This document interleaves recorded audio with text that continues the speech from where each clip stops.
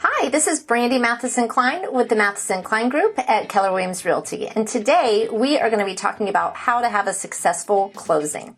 So we are going to start on the buyer side. Whenever you are a buyer, one of the biggest things that you want to make sure that you do is have a final walkthrough inspection on your home prior to closing. That typically happens anywhere from 24 hours to right before your closing. And you also want to make sure that you have been able to review your closing disclosure from the title company and the lender and make sure that those numbers match up with what your lender described to you. And you want to make sure to wire all of your funds over to the title company in plenty of time before your closing. When you arrive to the closing, you're going to want to bring 2 forms of photo ID. If you're the only one that's on the mortgage, but you are married, you also want to make sure that your spouse comes with you as well with their form of ID so that they can sign some documents as well.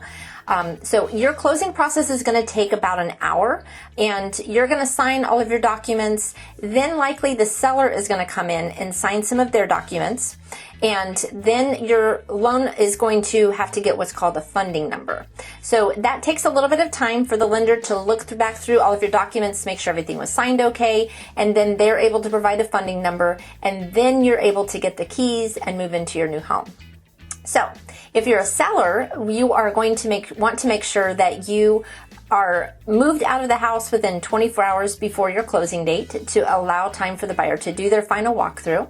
You're going to want to provide and bring with you to closing or provide before closing utility information for the buyer, garage door codes, alarm codes, termite bond information, warranty information, all of that necessary things that's going to be good for the buyer when they are then purchasing the property. You're going to want to come to closing, and you're going to want to bring 2 forms of ID as well, and along with your wiring information of where you would like your funds wired whenever the property is completely closed. Your closing process is going to be much shorter in length, so you can account for maybe 30 minutes of your closing time. And then once everything is all closed and funded, the funds will be wired, and you can expect to see your proceeds typically before the end of the business day, depending on what time you close on the property. And you're going to want to also bring any keys and garage door clickers to the closing so that that can be provided to the buyer. So I hope that these tips have been helpful for you on how to have a successful closing and that you know what to expect when you get ready to close on your home. We thank you so much for your time.